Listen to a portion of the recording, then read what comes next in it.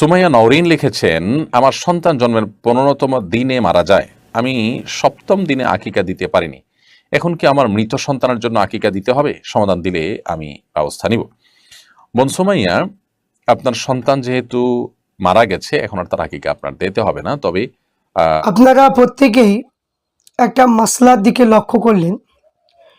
বাংলাদেশের একজন বক্তা শায়েখ আহমদুল্লাহ সাহেব তিনি বক্তব্য দিলেন, একটা মাসালা বললেন যে মানুষ যখন মারা যায় বা মৃত মানুষ সে নামে আকিকা দেওয়া যাবে কিনা। কোনো একটা কারণবশত হয়তো ওই বাচ্চাটা আকিকা দিতে পারেনি, বড় হয়ে কিংবা মারা গিয়েছে বা কোনো টাকার জন্য বা কোনো কিছু কারণে, বা আগেকার সময় অনেক মানুষ আকিকা দেয়নি অভাবের কারণে।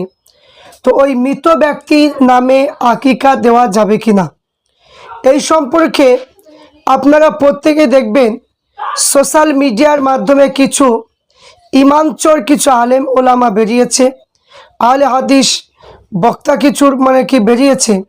এরা মানুষের ইমান লুটার জন্য উঠে পড়ে লেগেছে। তারা বলতে লাগলো যে মৃত ব্যক্তির নামে আকিকা দেওয়া যাবে না।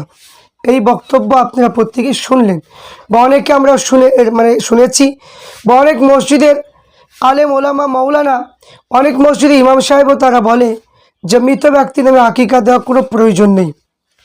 তা আমি আপনাদের কাছে উপস্থিত হয়েছি, আমরা যে আকাবিরকে মানি 14 শতাব্দীর মুজাদ্দিদ আবু বকর সিদ্দিক ফুরফুরাবি রহমাতুল্লাহ আলাইহি, তিনি আমাদের আকাবির। এবং যারা ফুরফুরা শরীফকে যারা ভালোবাসেন, যারা আকাবির হিসেবে মুজাদুজ্জামানকে যারা ভালোবাসেন, আমরা তিনার কিতাব থেকে আমরা দেখব যে মৃত ব্যক্তির নামে আকিকা করা যাবে কিনা। বর্তমান সময়ে কোনো শাইখের অভাব নেই, মাওলানারও কোনো অভাব নেই। এরা উঠে পড়ে মানুষের ইমানকে নষ্ট করার জন্য উঠে পড়ে লেগেছে।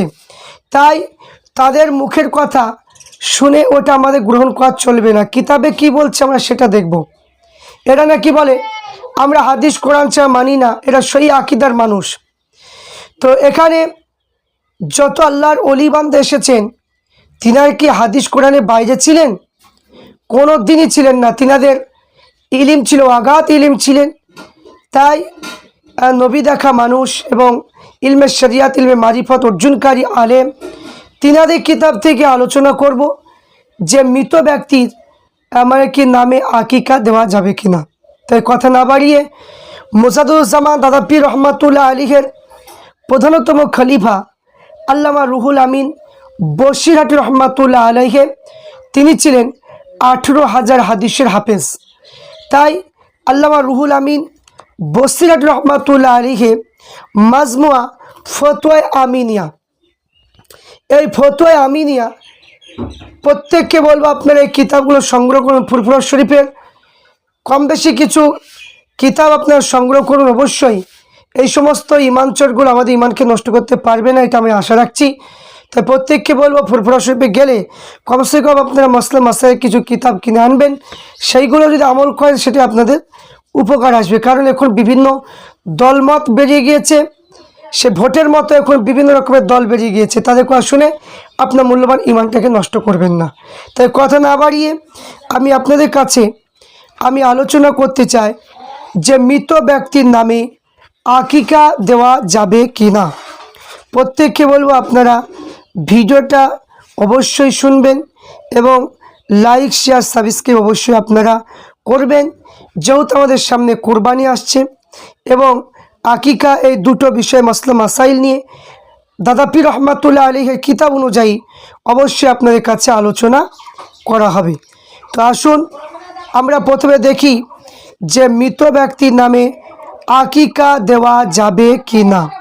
আপনি শুনে রাখুন যে এখানে আল্লামা রুহুল আমিন বসিরহাটি রহমাতুল্লাহ আলাইহি ফতোয়া আমিনিয়া 2য় খণ্ডের মধ্যে লিখেছেন যে 47 নম্বর প্রশ্ন তিনাকে করেছে, একত্রিত মৃত বা জীবিত, এখানে মৃত ব্যক্তি, যে মৃত ব্যক্তির নামে আকিকা করা যাবে কিনা এই সম্পর্কে সুন্দরভাবে তিনি বর্ণনা কি দিয়েছেন। আমরা প্রত্যেকেই দেখব যে এখানে প্রশ্নটা হলো যে একত্রে মৃত জীবিত আকিকা করা যাবে কিনা বা মৃত আকিকা করা জায়েজ কিনা, এটা হলো প্রশ্ন।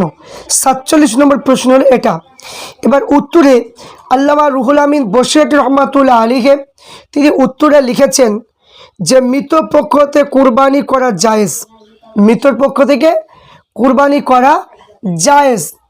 আল্লামা রুহুল আমিন বসিরহাটি রহমাতুল্লাহ আলাইহি তিনি লিখেছেন যে মৃত ব্যক্তির জন্য আকিকা করা জায়েজ আছে ফতোয়ায়ে স্বামী। এই ফতোয়ায়ে স্বামীতে তিনি হাওয়ালা দিয়ে লিখেছেন। এই ফতোয়ায়ে স্বামীর মধ্যে এই মাসালাটা সুন্দরভাবে দেওয়া আছে।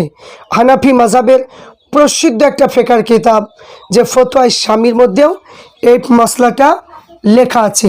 তো আল্লামা রুহুল আমিন বসিরহাটি রহমাতুল্লাহ আলাইহি তিনি এইরকম যারা শায়েখ মানে দাবি করে বসে মানুষের ঈমান নষ্ট করছে, একের পর এক মাসালা ভুল দিয়ে বেড়াচ্ছে, এদের কথা আমরা শুনতে যাব না। কারণ এদের মানে কি সেই যোগ্য নেই এবং এদের কোনো হাদিস মুখস্থ নেই।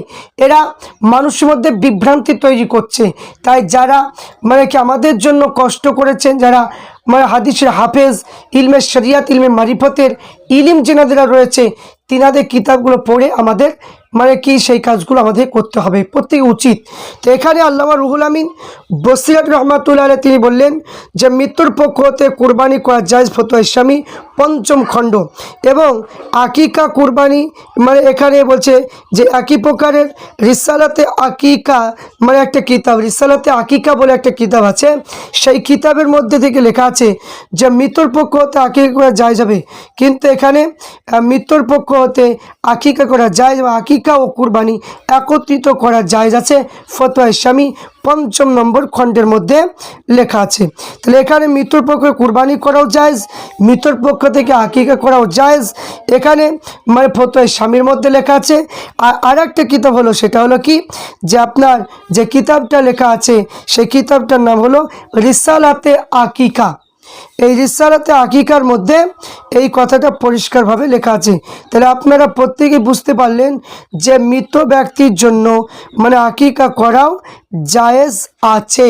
তাই যাদের যে সমস্ত আত্মীয় স্বজন যারা হয়তো মানে কোনো টাকার অভাবে হোক বা কোনো কারণবশত হোক মানে যারা মানে কি আকিকা করতে পারেনি, যারা মারা গিয়েছে, যাদের আকিকা করা হয়নি, তাদের প্রত্যেকের ওই মৃত ব্যক্তিদের নামে আকিকা যদি আপনারা করতে চান অবশ্যই আপনারা করতে পারেন, কোনো অসুবিধা নেই।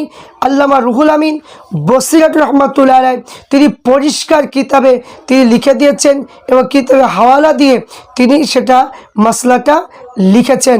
আশা রাখছি আপনারা প্রত্যেকেই যারা ফুরফুরা শরীফের মতপথ অনুযায়ী চলেন, প্রত্যেকেই যাদের এখনও মৃত ব্যক্তিদের নামে আকিকা করা হয়নি, আপনারা যদি বলেন যে আমরা দিতে চাই, মা বাপের নামে দিতে চাই, অবশ্যই আপনারা দিতে পারেন, কোনো অসুবিধা নেই এবং কোনো চিন্তা আপনারা করবেন না, নিঃসন্দেহে আপনারা দিতে পারেন।